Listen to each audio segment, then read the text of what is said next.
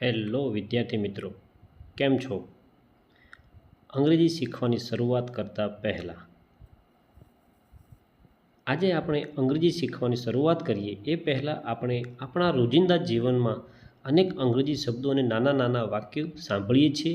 તેમના કેટલાક શબ્દો આપણે અનેક પ્રસંગે વાપરીએ પણ છીએ. ઉદાહરણ તરીકે, જેઓ અંગ્રેજી ABCD સુદ્ધા શીખ્યા નથી તેવા લોકો આજકાલ આભાર માનતી વખતે સ્વાભાવિક રીતે જ થેન્ક યુ કહે છે. તો આ પ્રકારના કેટલાક શબ્દપ્રયોગો, વાક્યો અને ઉચ્ચારો અને ગુજરાતી અર્થ શીખીએ તો મિત્રો, ધ્યાનપૂર્વક અભ્યાસ કરવા માટે વિડીયોના અંત સુધી બન્યા રહેજો. અને અમારી યુટ્યુબ ચેનલ રાકેશ સરને લાઈક, શેર, સબસ્ક્રાઈબ અને કોમેન્ટ કરવાનું ભૂલતા નહીં. જ્યારે આપણે કોઈ વ્યક્તિને મળીએ છીએ ત્યારે સ્વાભાવિક રીતે જ hello, hi, good morning, good afternoon, good evening કહેતા હોઈએ છીએ. અને અત્યારે તો જ્યારે આપણે કોઈને ફોન પણ કરીએ છીએ ત્યારે પહેલો શબ્દ આપણા મોંમાંથી એ જ નીકળે, હેલો. તો આનો મતલબ થાય છે નમસ્તે. હાય એનો પણ આપણે નમસ્તે જ કહી સમજીએ છીએ. જ્યારે આપણે સવારમાં કોઈ વ્યક્તિને મળીએ છીએ ત્યારે આપણે તેમને ગુડ મોર્નિંગ કહીને એમનો નમસ્તે કરતા હોઈએ છીએ. ગુડ મોર્નિંગ હંમેશા 12 વાગ્યા પહેલાં, બપોરના 12 વાગ્યા પહેલાં કહેતા હોઈએ છીએ. એ જ રીતે બપોરના સમયે કોઈ વ્યક્તિને આપણે મળીએ છીએ કે કોઈ વ્યક્તિ આપણને મળે છે ત્યારે આપણે એકબીજાને ગુડ આફ્ટરનૂન કહેતા હોઈએ છીએ, જે 12 વાગ્યાથી સાંજના 5 વાગ્યા સુધી કહી શકતા હોઈએ છીએ. એ જ રીતે ગુડ ઇવનિંગ એનો મતલબ છે સાંજે 5 વાગ્યા પછી આપણે જેને વ્યક્તિને મળીએ તો સ્વાભાવિક રીતે એને નમસ્તે કરવા માટે આપણે ઇંગ્લિશમાં ગુડ ઇવનિંગ શબ્દ વાપરતા હોઈએ છીએ. તો તમે મનમાં વિચાર આવશે કે સાહેબ, તો રાત્રે કોઈ વ્યક્તિને મળીએ ત્યારે આપણે ગુડ નાઇટ કહેવું પડે? ના, ગુડ નાઇટ એ કોઈ વ્યક્તિને રાત્રે મળીએ ત્યારે નહીં, પણ કોઈ વ્યક્તિને આપણે રાત્રે મળ્યા હોઈએ અને છૂટા પડતા હોઈએ ત્યારે આપણે એમને ગુડ નાઇટ કહેતા હોઈએ છીએ. તમે સાંજના 5 વાગ્યાથી રાતના ગમે જ્યારે પણ કોઈ વ્યક્તિને તમે પહેલી વખત મળો છો ત્યારે તમે એમને ગુડ ઇવનિંગ જ કહેવું પડે. હા, ત્યાં મળ્યા પછી તમે છૂટા પડો ત્યારે તમે એમને ગુડ નાઇટ કહી શકો છો. એ જ રીતે સ્વાભાવિક રીતે કોઈનો હાલચાલ પૂછવા માટે આપણે હાઉ આર યુ, તમે કેમ છો? સામેવાળો વ્યક્તિ તમને જવાબમાં આપશે ફાઇન, થેન્ક યુ, મજામાં, આભાર. તમે કોઈનો હાલચાલ પૂછ્યા છે તો એમને ગમ્યું તો એમને તમારો આભાર પણ વ્યક્ત કર્યો સામેથી. જ્યારે આપણા ઘરે કોઈ આવે છે, આપણને કોઈ મળવા આવે છે કે આપણે કોઈના ઘરે ગયા હોઈએ ત્યારે આપણને સ્વાભાવિક રીતે આ શબ્દો સાંભળવા મળતા હોય છે. જેમ કે કોઈ વ્યક્તિ આપણા ઘરે આવ્યું છે તો આપણે એને આવકાર આપવા માટે વેલકમ, પ્લીઝ કમ ઇન એવું કહેતા હોઈએ છીએ. વેલકમ એટલે સ્વાગત, પ્લીઝ કમ ઇન અંદર આવો. બહાર ઊભા હોઈએ તો દરવાજાથી અંદર આપણે બોલાવતા હોઈએ છીએ. ઘરમાં આવી ગયા પછી એમને બેસવા માટે હેવ અ સીટ. પછી સ્વાભાવિક રીતે આપણે ગુજરાતમાં છીએ તો કોઈ મહેમાન ઘરે આવ્યું હોય કે કોઈ વ્યક્તિ મિત્રો આવ્યા હોય તો આપણે ચા, પાણી, કોફી એમને પૂછતા હોઈએ છીએ. તો એ જ રીતે લેટ્સ હેવ સમ ટી. આટલું બધું આપણે આવકાર આપ્યો હોય તો સામેવાળા વ્યક્તિને પણ એમને ગમ્યું હોય છે તો એ વ્યક્તિ શું કહેતા હોય છે?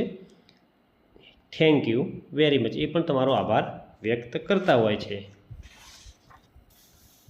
એ પછી જ્યારે કોઈ વ્યક્તિ આપણે સાથે મળ્યા હોય અને વિદાય લેતું હોય કે બહાર જઈ રહ્યા હોય, અને અત્યારના સમયમાં તો નાનું છોકરું બરાબર મમ્મી, પપ્પા, દાદા, દાદી બોલતા પણ ના શીખ્યું હોય એ પહેલાં તો અંગ્રેજી શબ્દો શીખતું હોય છે. જેમ કે ટાટા, બાય, સી યુ આપણે કહેતા હોઈએ છીએ, અને છોકરાને કહેવડાવતા પણ હોઈએ જ છીએ કે બેટા ચલો પપ્પાને ટાટા કહો, પપ્પાને બાય બાય કહો, પપ્પાને સી યુ કહો. છોકરું કહે છે. એ જ રીતે જ્યારે આપણે ગુડ બાય યુઝ કરતા હોઈએ છીએ, સી યુ અગેન ફરીથી મળીએ, સી યુ મળીશું, સી યુ લેટર પછી મળીએ. અને એ જ વસ્તુ આપણે જ્યારે આગળ ચર્ચા થઈ એ પ્રમાણે ગુડ નાઇટ કે રાત્રે કોઈ વ્યક્તિને મળ્યા પછી જ્યારે આપણે છૂટા પડતા હોઈએ કાં પછી રાત્રે સૂતી વખતે આપણે ગુડ નાઇટનો ઉચ્ચાર કરતા હોઈએ છીએ. જ્યારે કોઈ વ્યક્તિને આપણે અભિનંદન અથવા શાબાશી આપવી હોય ત્યારે આપણે સ્વાભાવિક રીતે ઇંગ્લિશ શબ્દો યુઝ કરતા હોય છે. Congratulation, congrats, excellent, wonderful, well done, great job. આ દરેકનો મતલબ છે એમને કોઈ સારું કામ કર્યું છે તો આપણે એમને એ રીતે કહેતા હોઈએ છીએ. કોઈ વ્યક્તિ કોઈ મિત્રએ નવી દુકાનનું ઓપનિંગ કર્યું હોય, કોઈ નવું વ્હીકલ લાવ્યા હોય, બાઇક, કાર, બરાબર છે, કોઈને નવી જોબ મળી હોય, નોકરી મળી હોય, કોઈ નવું મકાન, કોઈ સ્પર્ધામાં જીત્યું હોય, કોઈનો નંબર આવ્યો હોય, કોઈ પરીક્ષામાં સારા નંબરે પાસ થયો હોય, તો એ રીતે આપણે અલગ અલગ રીતે એમને શાબાશી કે અભિનંદન પાઠવતા હોઈએ છીએ.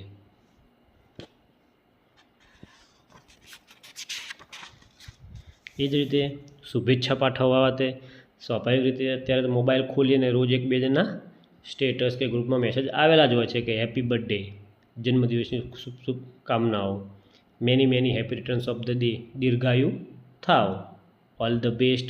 કોઈ જગ્યાએ કોઈ આપણે એક્ઝામ આપવા જતા હોય, પરીક્ષા આપવા જતા હોય ત્યારે આપણે સ્વાભાવિક રીતે ઘરેથી વાલી આપણા કહેતા હોય છે કે best of luck, all the best, બરાબર છે. એ રીતે આપણે શુભેચ્છા પાઠવતા હોય છે. એ જ રીતે કોઈના લગ્ન થયા હોય તો આપણે એમને હેપી મેરેજ લાઈફ પણ શુભેચ્છા આપતા હોય છે. અને એ જ એમનું વર્ષગાંઠ હોય, 1 વર્ષ થઈ ગયું હોય તો હેપી મેરેજ એનિવર્સરી. એ રીતે નવા વર્ષની પણ શુભકામના આપણે આ રીતે પાઠવતા હોઈએ છીએ. જ્યારે કોઈ વ્યક્તિને આપણે કોંગ્રેચ્યુલેશન કે અભિનંદન પાઠવ્યા હોય, બરાબર છે, ત્યારે વ્યક્તિ સામેથી આપણે એમનો અભિનંદન પાઠવ્યા છે, શાબાશી આપી છે, તો એમને એ આપણને આભાર માનતી વખતે સામે આપણને thank you, thanks a lot, thank you so much, આવી રીતે પણ આપણો આભાર માનતા હોય છે. અને આપણે પણ આ શબ્દો ઘણી વખત બોલતા હોઈએ છીએ. અને એ જ વસ્તુ આભાર સ્વીકારતી વખતે પણ આપણે આ શબ્દો બોલતા હોઈએ છીએ. You are welcome, most welcome, no problem, any time.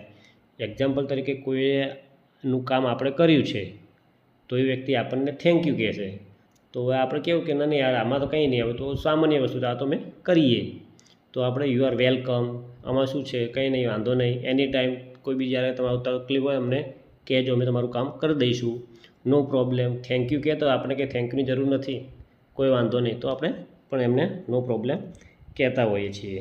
Mention not, બરાબર, આ રીતે ઘણા શબ્દો આપણે વાપરતા હોઈએ છીએ. એ જ વસ્તુ આપણે અભિનંદન કર્યા, થેન્ક યુ કીધું, બરાબર છે. પછી એ જ રીતે હવે ખેદ વ્યક્ત કરતા વખતે કોઈના માટે આપણે કંઈ ભૂલ થઈ ગયું હોય, બરાબર છે, તો આપણે અંગ્રેજો આપણને એક શબ્દ આપીને ગયા છે, ગમે એવડી નાની મોટી ભૂલ હોય તો સોરી કહી દેવાનું, માફ કરજો, બરાબર છે.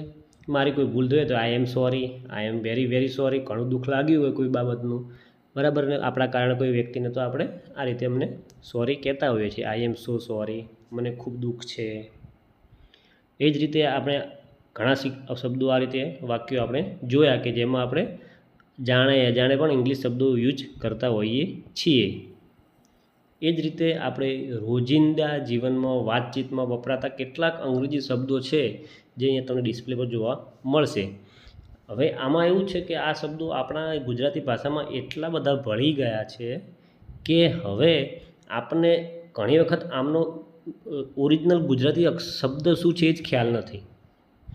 જેમ કે table, pencil, book, glass, bus, cement, station, pen, paper, hotel, ticket, driver, cycle, conductor. આ બધા આપણે સામાન્યમાં જેને નથી આવડતું ઇંગ્લિશ એ લોકો પણ આ શબ્દો વાપરે છે.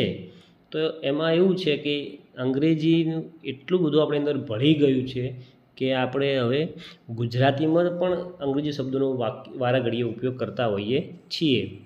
તો આ હતો અમારો પહેલો વિડીયો કે જે આપણે અંગ્રેજી શરૂઆત કરવાની જઈ રહ્યા છીએ. એ અંગ્રેજીની માહિતી આપવાનો હતો તમને, અને તમને પણ થોડું કેપ્ચર થાય તમને કે આપણે જે રોજિંદા જીવનમાં અંગ્રેજી શબ્દો વાપરીએ છીએ એ બધા શબ્દો આ છે, અને આ રીતે આપણે અંગ્રેજી શબ્દોનો ઉપયોગ કરીએ છીએ. તો હવે આ જ અંગ્રેજી શબ્દોનો ઉપયોગ કરી અને આપણે આગળના અંગ્રેજી ભાષા શીખવાનો પ્રયાસ કરીશું.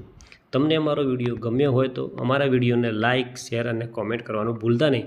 અને હા, સબસ્ક્રાઈબ કરવાનું તો ચોક્કસ ભૂલતા નહીં, એ પહેલાં કરી લેજો.